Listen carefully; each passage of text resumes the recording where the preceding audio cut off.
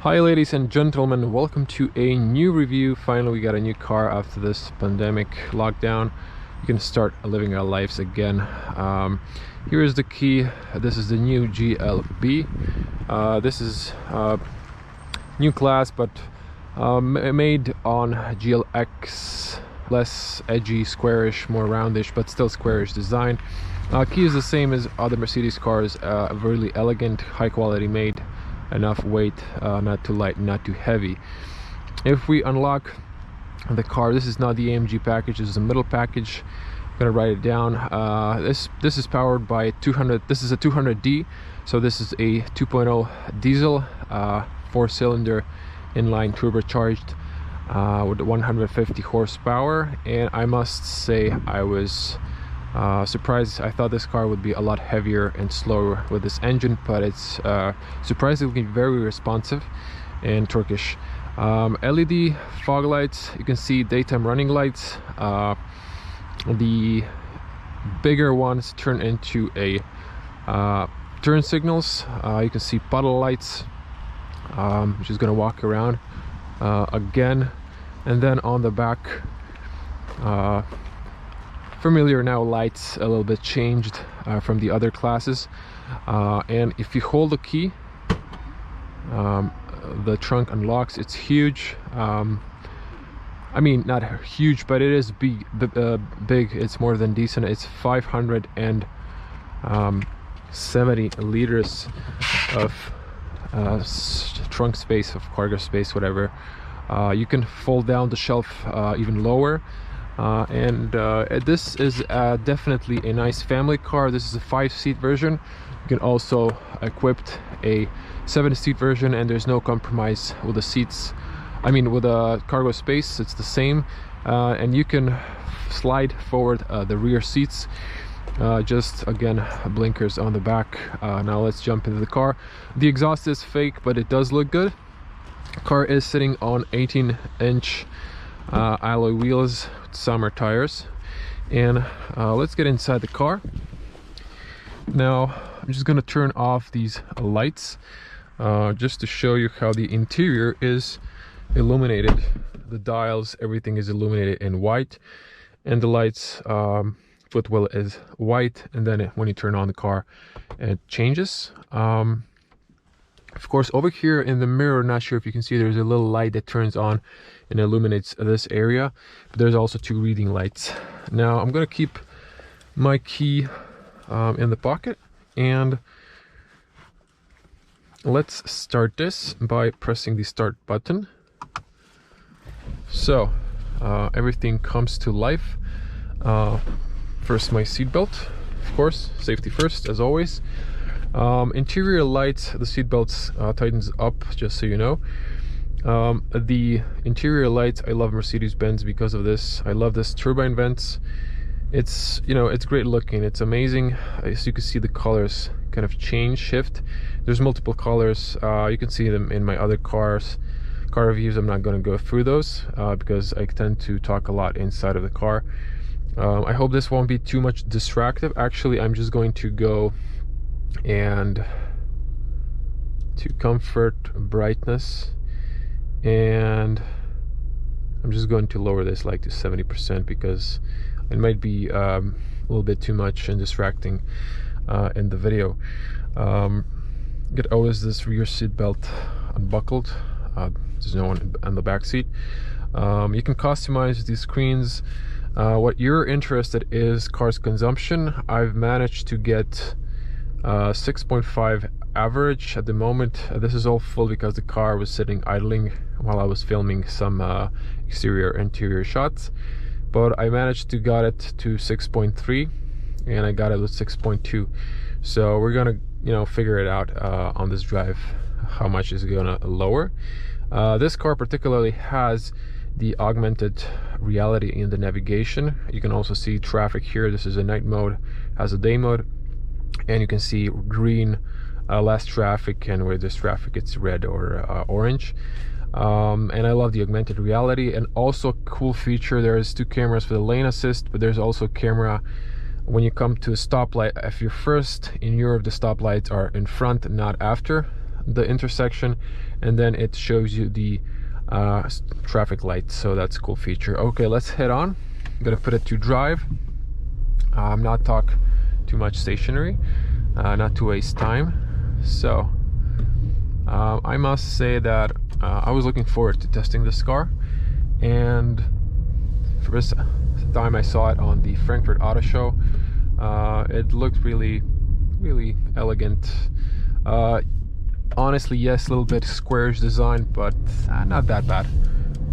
So we had a little rain before, but you know, it's all good now. It's dry, there should be no more forecast. So let's start talking about my impressions of this car after a few hours of testing it today earlier. So of course, in the Mercedes-Benz you have Drive Select, pretty much standard, and then you have the Sport, which is really responsive. But I must say, just in comfort, now I am driving in comfort. Comfort is really, you know, responsive when it comes to the engine speed. Sport is really responsive, and economical is like, you know, like you have a, it feels like you have a less powered horsepower engine, but you're not. So this 2.0 diesel engine 200D is surprisingly more than enough in my opinion. But if you want more, always you can get the 190 horsepower or even the stronger version. But the engine is surprisingly good. Now official consumption should be around 6 to 5 liters. This is still a fairly new engine that hasn't worked out and break in, so I don't know, I'm thinking maybe you know, my experience was 6 to 7 liters. I think around 6 is the average. So we can actually talk with this car. Hey Mercedes. Okay. No. Mercedes, what's my fuel consumption? Could you repeat your input, please? What's my fuel consumption? Your average consumption since the start of the journey is 6.5 litres per 100 kilometres, and since the last reset, 7.0 litres per 100 kilometres. So you heard it's 6.5 to 7. It was 6.2 when I got the car, but you know, I was testing 0 to 100 and stuff like that. So yeah, but this is good consumption, I would say. As you can see, the engine is easily speeding up to the speed limit, but I'm gonna try keeping it in the speed limit. Okay, so handling on the road is excellent. Now when you're punching it, the front end might turn a little bit. When you're going aggressively in the corners, the rear end doesn't you know, stick out, so that's good. The car is mostly stable. It is tall, it's an SUV, so you might feel some force. In this model I have a blind spot warning and a lot of some options, not a lot, but some options. And the brakes on the car are good. I would even say, you know, almost excellent, but they're not harsh from the start, you know, but they're good brakes. Nothing bad to comment on that or criticize. And the visibility around you have tall windows, is excellent. Your blind spot, if you turn your neck, is visible good. And overall, people buy SUVs because they feel safer. You have a better overview, you're taller on the road. So visibility is excellent. I didn't have problems parking this car. I do have a backing camera, high resolution, excellent. Both screens are super high graphics, sharp, and customizable. This is probably the best infotainment system, MBUX, in the car industry, up to date. And now one thing I do have to criticize is sometimes on higher speed there's a lot of wind noise, particularly coming from the side mirrors. Some about tires, if you're speeding, you know, on higher speed, which most Europeans won't. But you know, if you're in Germany or Croatia, where you have in Germany no speed limit on some areas, and in Croatia we have a tolerance. You can see the camera now. Even if you're closer, it's going to zoom out, so you have wide angle and you can see the traffic lights, because I personally cannot see the traffic light because I'm too close. And this is very clever feature. I like this. Very spacious car for a 2-meter tall person. I'm 2 meters tall, and for an average person this is more than enough room. This is really nice family sized car, and the trunk space is pretty big. I think this is an excellent premium SUV that you get from Mercedes. You know, and you know, the price isn't bad. From the top of my head, I don't know the price of this particular model with the options, because just forgot to check the price tag. I'm gonna leave it in the video description with all the technical information of this car and the price, so make sure to, you know, just check that. And of course, if you like these videos, there's gonna be a daytime point of view driving without me talking, so that's just, you know, you can hear car engine noise, you know, acoustics and stuff like that. Speakers in the car, see again, a nice feature. Speakers in the car, let me see here, sorry if that was loud.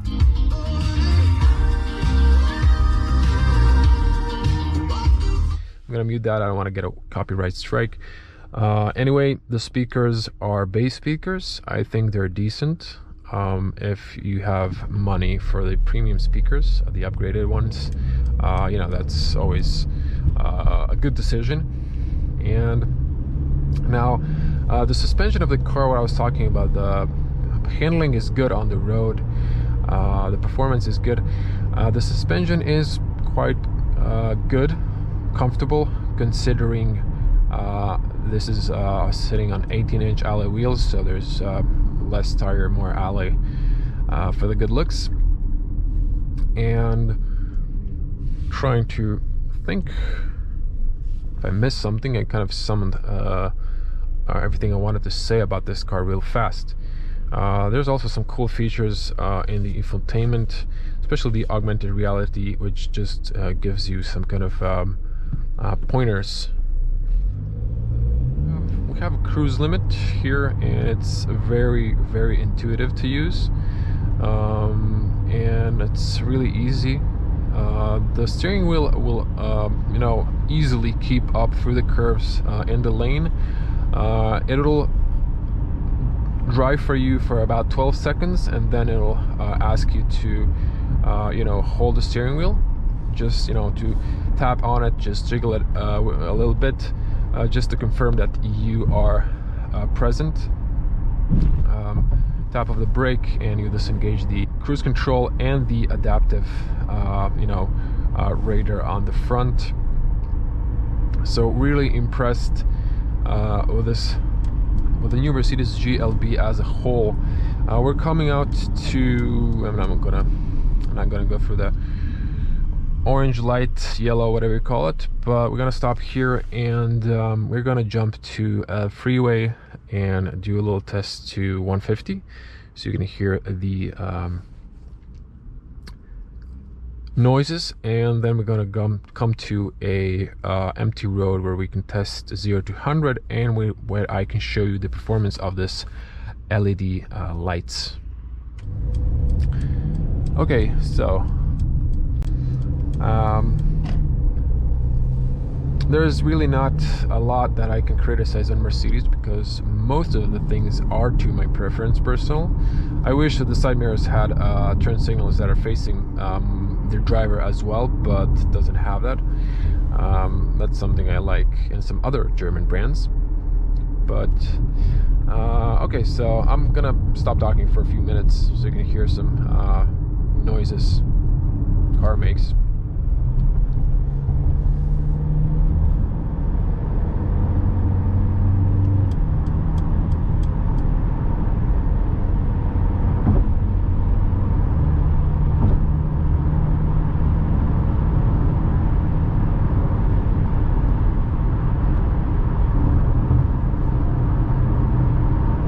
If I let go of the steering wheel, it's you know, basically doing everything by itself, but you have to hold it.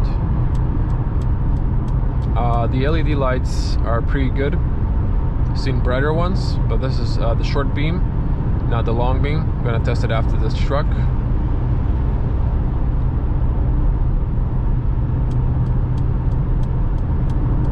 Long beam, really good, impressive. Wish it had automatic long beam.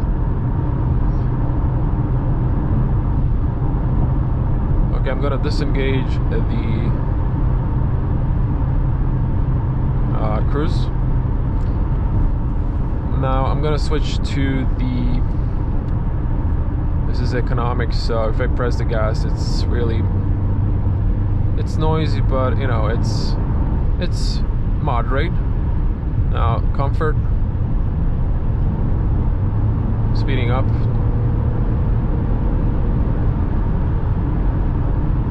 A lot more noise. This is a boxy design, so it's normal. And now I'll go into sport. All the way gas pedal or throttle.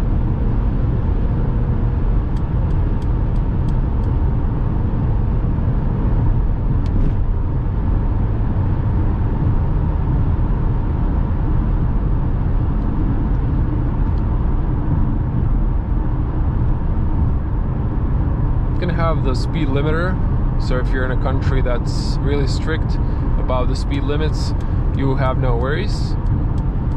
You can easily just by tap increase you know, the speed you want to go, and the car speeds up easily. 140, 150, just a lot of noise, so I'm gonna lower my speed.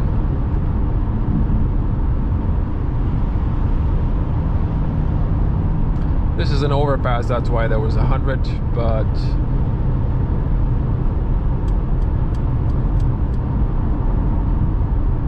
But 130 is the general speed limit on this road. I'm just gonna drop my speed to 100, so you can hear a lot less noise. So the cabin proof isn't well on the level I would expect, but again, considering this is a SUV with a really boxy design, so I wouldn't expect, you know, that makes sense that this car is going to have a lot of wind drag and a lot of wind noise altogether.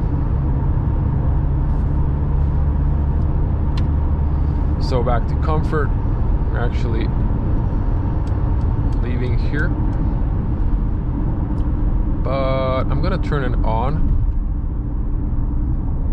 if I manage to, and it's slowing down. Now for some reason it didn't turn on the lane, so that's why I took over, but there was an example where it was working in the daytime point of view really reliably, I would say. It's working now. It's gonna register that car, so it's slowing down. Oh, that car was just cloud of smoke behind it. The camera sometimes pick up low speed signs that are not applied to this particular road. It's not 40, it's 80. So if you're driving on cruise, have that in mind. I'm gonna switch here, but the camera should pick up the new 80 sign really soon.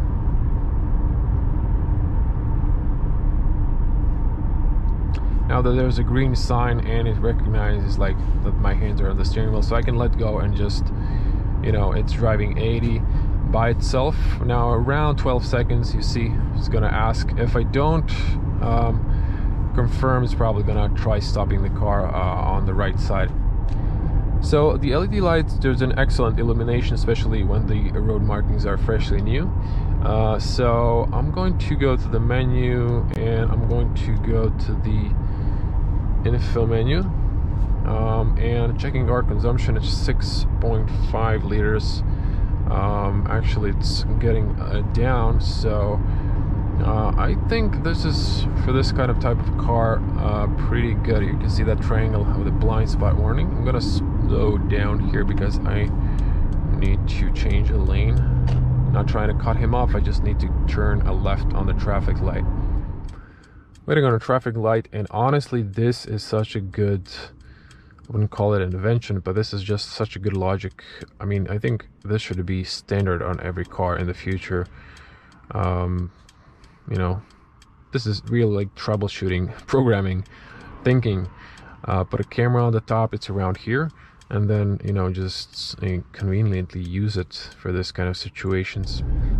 Now, the infotainment might be overwhelming at the beginning, but give it some time, it'll sit in and be all natural. Trust me, been there a lot of times when I was sitting from a different car brand to Mercedes. We're gonna check now the performance of our LED lights. Now the top speed is around 200 top speed. We're not gonna test that because it's not legal in Croatia, but we're gonna test here where there's no one on the road. 0 to 100 kilometers, it should be, if I'm not mistaken, 9 seconds. There's always a little fog here. I think there's like some heating system below. And you can see this is a normal beam and this is the long beam. I can see more in person. I'm gonna switch to my iPhone camera. But now we're gonna pull down. No one behind me. A little rough brake. I'm gonna just punch it to sport. In the daytime you can see comfort. Maybe on the way back. Actually, let me just turn on the start stop. 2000 RPM.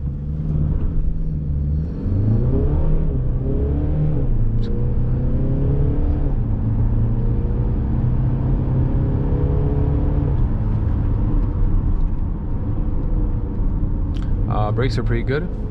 I think there was a little lag, to be honest, that I felt comparing to the before. So I'm just gonna stop here. There's a car coming, but I hope he won't turn here. So this is the normal beam and this is the long beam. In person I can see a lot.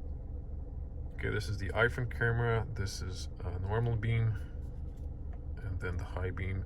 In person I can see a lot more. It's just the camera technology hasn't developed yet. I'm gonna take a picture, also cut it in.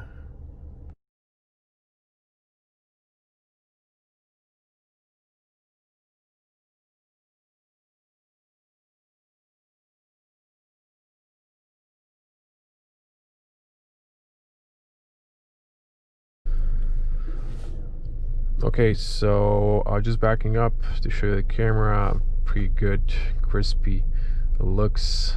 You got the turning, you know, wheel angle, and something that I think it's really important to mention. You know, there's no traffic here, just in case. What's really important, not sure why I'm backing up, but yeah, I watched the car, so I don't want to go through this mud that's on the end of the road, I know.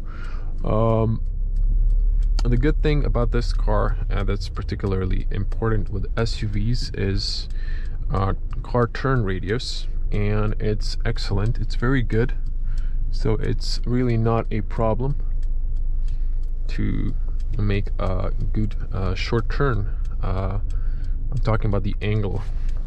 Like, look at this. That's the angle. I hope you can see that.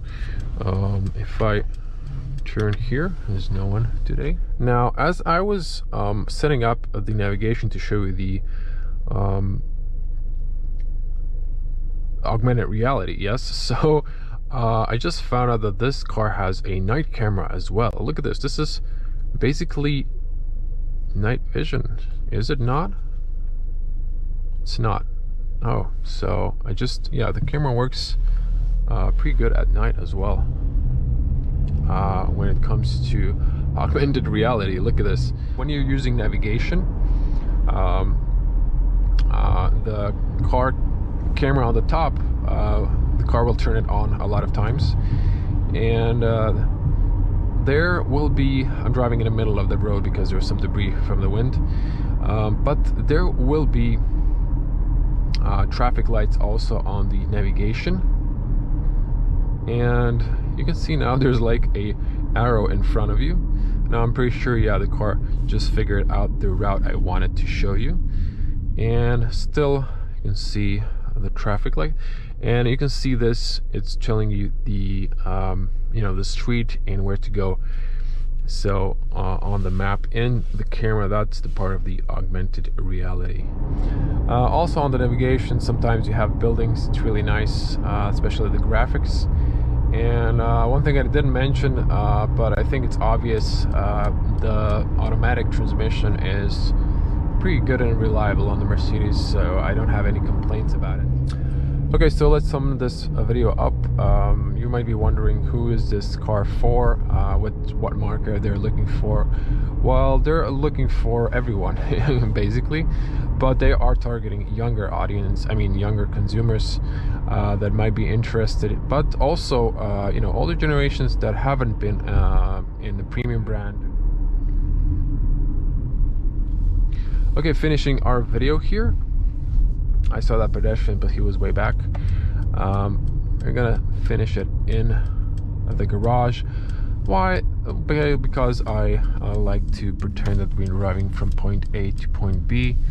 I'm actually hoping this garage is open because the theaters are closed still. But this is a shopping mall as well.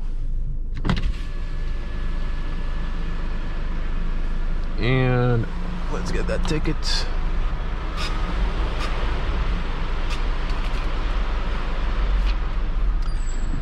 All the windows go all the way up and down, if you're wondering.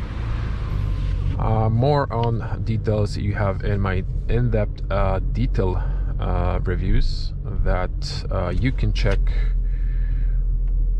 on the channel. I'm looking for something else. Trying to remember where's the washer fluid. You have to press it. And oh, I'm not out. So I'm gonna park, actually just gonna do a spin where there's more light so you can see better the car. If you like this video and if you're new to the channel, you know, consider subscribing, and if you have friends looking for this maybe particular car, or just browsing for a new SUV, you know, share this video with them. Give this video a like, because be a cool person, it helps more than you think. Also, if you're on a Mercedes-Benz forums or something like that, you can share this video. It helps me a lot, and others who are looking maybe for this car. And